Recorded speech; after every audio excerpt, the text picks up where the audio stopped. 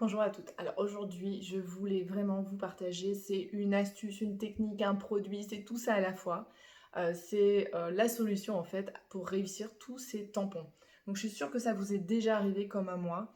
Eh bien, vous mettez de l'encre sur votre tampon et puis au moment de tamponner, bah voilà, il se passe ça, c'est pas assez marqué, surtout si votre encreur est fatigué. Alors là, c'est la cata.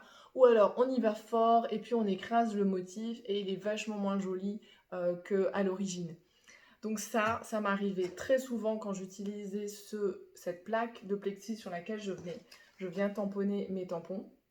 Et puis bah, depuis un moment, et bien maintenant j'ai découvert comment il fallait faire et ça change tout parce que du coup tous mes décors sont réussis, tous mes tampons.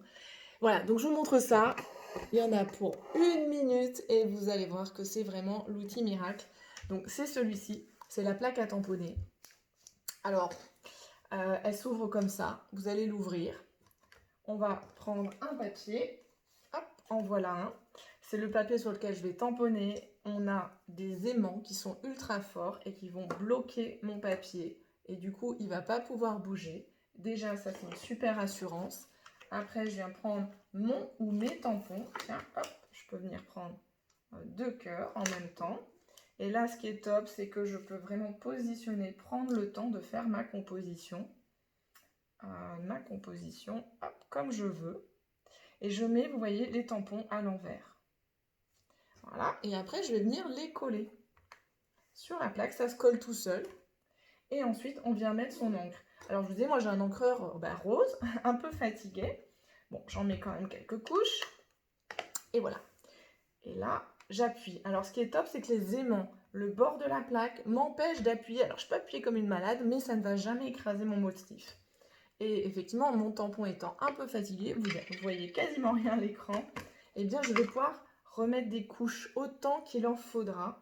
Et vous allez voir tout de suite. Hop, voilà. Et ça, franchement, vous réussissez tout.